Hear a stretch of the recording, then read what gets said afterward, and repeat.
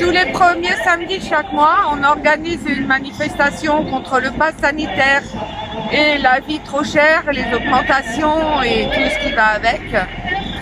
Et donc aujourd'hui c'est manifestation, et sinon les autres samedis on est au rond-point de la Farfouille en haut à Mareuil-Nanteuil. Je les sens résignés, beaucoup de gens n'ont plus le moral.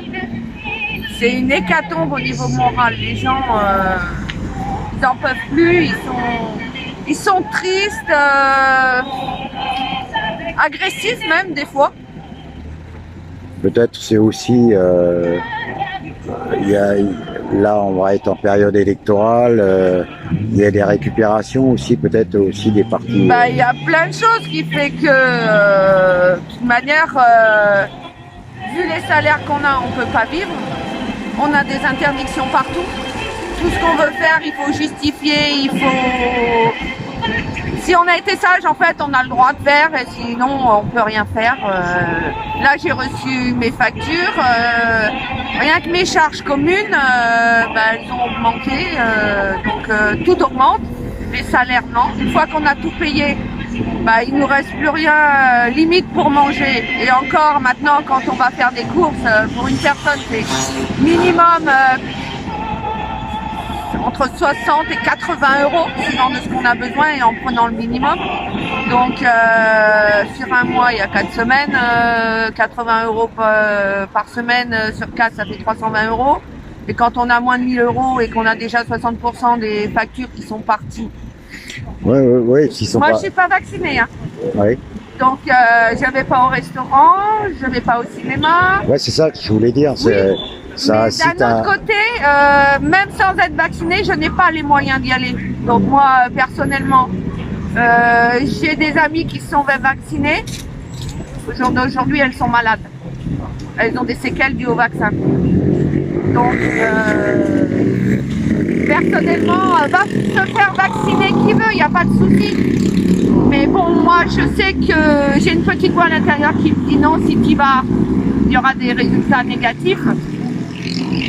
À côté de moi, j'ai des amis, c'est pareil, elles y ont cru et maintenant elles sont malades.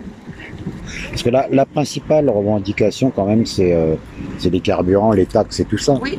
Et le fait de rajouter le vaccin, je sais pas, Disons ça m'a un peu étonné.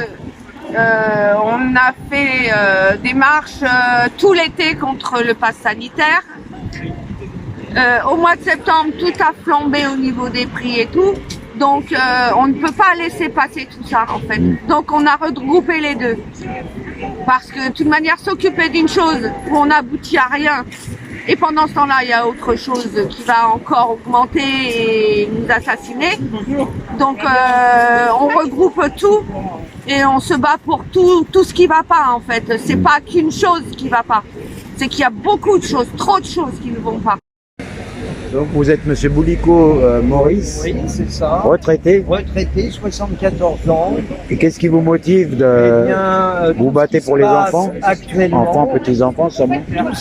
toutes les libertés enlevées, et je me bats aussi pour mes petits-enfants. Voilà, donc je suis retraité et je suis gilet jaune depuis le 17 novembre 2017. Voilà, 17 novembre. Je suis gilet jaune et je resterai gilet jaune. Le 17 novembre, c'était la première augmentation des carburants. Oui, il était à l'époque à 1,50 €. Et quand on voit à l'heure actuelle le prix du carburant, ça n'a pas l'air de faire réfléchir beaucoup de monde. Un plein, maintenant, c'est 70, 80 euros, hein, minimum. Donc maintenant, je ne sais pas, les gens, on préfère aller dans les centres commerciaux s'abrutir. Heureusement, il y a quand même des gens qui réagissent. On ne discute pas de politique, on discute des événements et ce qu'il y a à améliorer en tant que citoyen. Voilà. La politique a beaucoup pourri les choses. Là, vous craignez pas, avant les élections présidentielles, qu'il y ait une récupération politique par les différents partis politiques? Il y a toujours des récupérations, il y a toujours. Enfin, il suffit d'être un peu intelligent, hein, voilà.